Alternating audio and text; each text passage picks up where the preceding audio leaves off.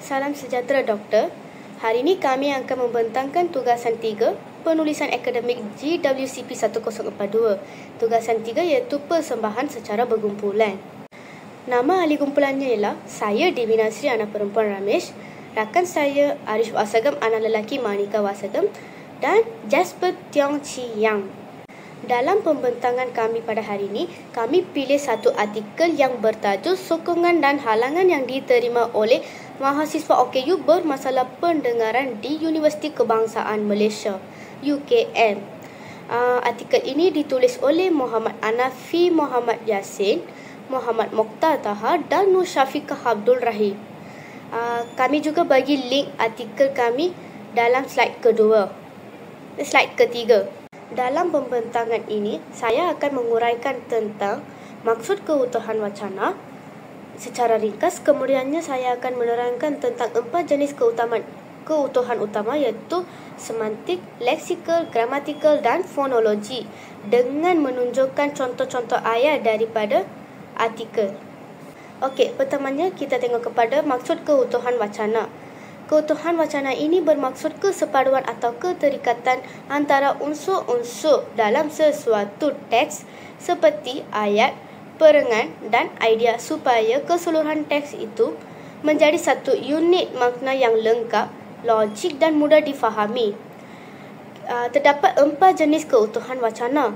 Pertamanya ialah keutuhan semantik, keutuhan leksikal, keutuhan gramatikal dan keutuhan fonologi. Okey, keutuhan semantik ialah hubungan makna antara ayat dan perengan. Ia menunjukkan bagaimana idea disusun supaya saling berkaitan. Dalam artikel ini, saya dapati 3 bentuk keutuhan semantik, iaitu pertalian makna, pertentangan dan sebab dan akibat. Okey, pertamanya kita tengok kepada pertalian makna. Pertalian makna ini bermaksud hubungan antara idea yang berkait secara langsung. Saya ambil contoh daripada artikel muka surat 4, perengan 1 berbincangan. Contoh ayat dia adalah golongan OKU mempunyai hak sosial untuk mendapat akses dan equity dalam pendidikan. Seterusnya, jaminan kepada akses dan equity dalam pendidikan merupakan salah satu kaedah utama untuk memperkasakan golongan OKU di negara kita. Kedua-dua ayat ini saling berkait makna. Ayat kedua menjelaskan ayat pertama. Ini menunjukkan keutuhan semantik jenis pertalian makna. Okey, seterusnya ialah pertentangan makna. Pertentangan makna ini bermaksud dua idea yang berlawanan tetapi saling melengkapi. Saya ambil contoh daripada artikel muka surat 4 perengan 2 berbincangan. Contoh ayat dia ialah, namun dapatan kajian ini menunjukkan bahawa perkhidmatan dan kemudahan yang disediakan oleh pihak universiti untuk kurang memenuhi keperluan pelajar kurang upaya, khususnya yang mengalami masalah pendengaran yang mesra OKU. Dalam ayat ini ada 2 idea yang berlawanan, tapi maksud dia lebih kurang sama. Okey, seterusnya kita tengok kepada sebab dan akibat yang di bawah tajuk keutuhan semantik. Sebab dan akibat merupakan hubungan sebab kesan antara 2 ayat. Contoh daripada artikel muka surat 4 perengan 3 perbincangan juga. Contoh ayat dia ialah, hal ini disebabkan oleh ketiadaan penterjemah bahasa isyarat yang dapat membantu pelajar. Ayat ini menjelaskan punca kepada masalah yang disebut dalam ayat sebelumnya. Okey, kita tengok kepada keutuhan leksikal. Keutuhan leksikal pula berkaitan dengan penggunaan perkataan yang konsisten atau berhubungan makna. Dalam artikel ini, penulis banyak menggunakan strategi sinonim, antonim dan hiponim. Okey, pertamanya kita tengok kepada sinonim. Sinonim ini bermaksud kata berlainan tetapi maknanya lebih kurang sama. Contoh daripada artikel muka surat 4 perengan 2 perbincangan. Contoh ayat dia ialah, kajian mendapati pelajar OKU bermasalah pendengaran di UKM menghadapi halangan yang besar dalam proses pengajaran dan pembelajaran serta kemudahan mengakses maklumat. Dalam ayat ini mereka menggunakan kata berlainan tetapi maksud dia sama. Okey, seterusnya kita tengok kepada antonim. Antonim ini merupakan kata bertentangan makna. Contoh daripada artikel muka surat 1 tajuk artikel, Tajuk artikel ialah sokongan dan halangan yang diterima oleh mahasiswa OKU bermasalah pendengaran di Universiti Kebangsaan Malaysia UKM. Daripada ayat antonim, pembaca melihat dua sisi berbeza pengalaman belajar OKU. Selain itu, kita tengok kepada hiponim yang di bawah tajuk keutuhan leksikal. Hiponim ini merupakan hubungan umum dan khusus. Saya ambil contoh daripada artikel muka surat 1, perengan 2 kajian perpustakaan. Contoh ayat dia ialah aspek penterjemah bahasa isyarat, taktil, laluan pejalan kaki yang mesra. Okey, seterusnya kita tengok kepada jenis keutuhan gramatikal. Keutuhan gramatikal ini berkait dengan struktur tata bahasa yang menghubungkan unsur hayat. Ia merangkumi 3 aspek: rujukan, pengantian dan elipsis. Okey, pertamanya kita tengok kepada rujukan. Rujukan ni bermaksud penggunaan kata ganti nama untuk mengelak pengulangan. Contoh daripada artikel muka surat 3, perengan 1 sosial komunikasi. Ayat dia ialah responden juga menyatakan bahawa beliau suka untuk berkomunikasi di kaunter-kaunter pejabat di kolej dan fakulti. Responden perlu mengambil masa yang lama untuk mendapatkan jawapan. Kata responden diulang untuk mengekalkan kejelasan rujukan.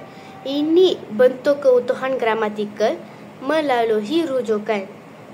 Selain itu, kita tengok kepada pengantian yang di bawah tajuk keutuhan gramatikal.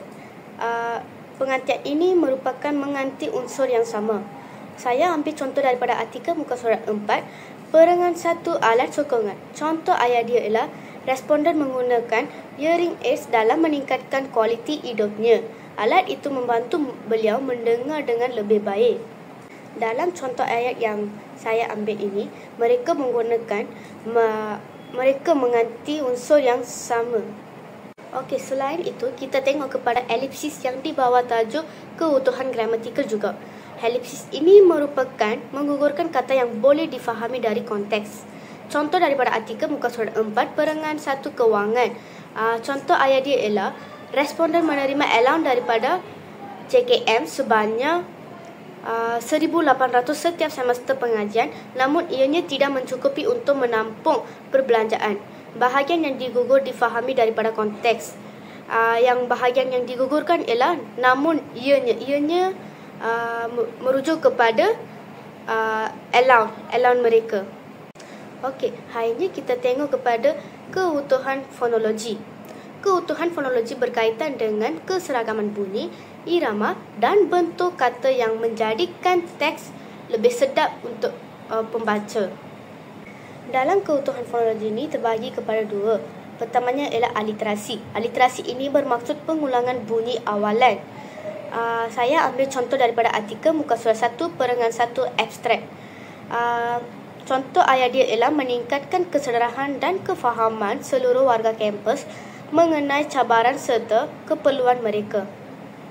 Selain itu, kita tengok kepada asonansi. Asonansi ini di bawah tajuk keutuhan fonologi juga.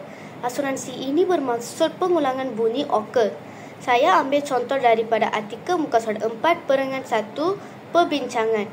Contoh ayat dia ialah golongan OKU mempunyai hak sosial untuk mendapat akses dan ekuiti dalam pendidikan. Dalam ayat ini, bunyi okalnya berulang-ulang. Okey, kesimpulannya, artikel yang saya kaji ini menunjukkan keutuhan wacana yang sangat baik dari keempat-empat aspek, iaitu semantik, leksikal, gramatikal dan fonologi. Penulis ini mengekalkan kesinambungan idea tentang sokongan dan halangan pelajar OKU secara tersusun dan jelas. Ini menjadikannya wacananya mudah difahami dan berkesan dari segi bahasa akademik.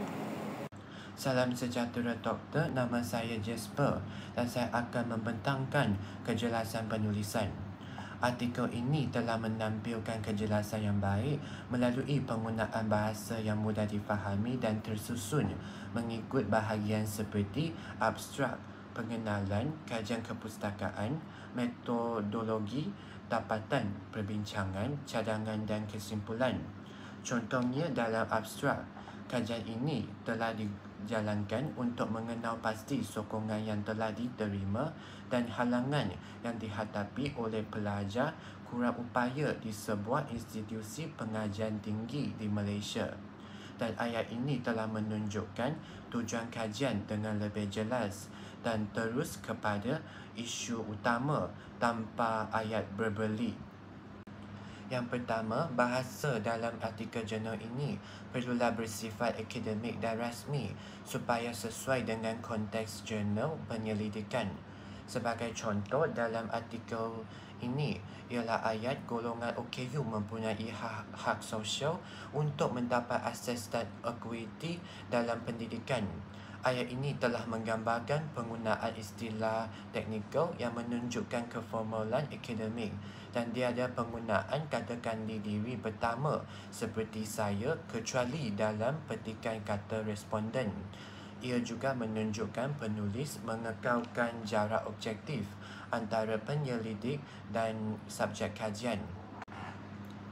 Selain itu, penulisan perlulah disusun secara objektif dan berasaskan data, bukan pendapat peribadi. Sebagai contoh dalam artikel ini ialah ayat hasil respon daripada responden yang ditemu bual telah disusun mengikut kategori.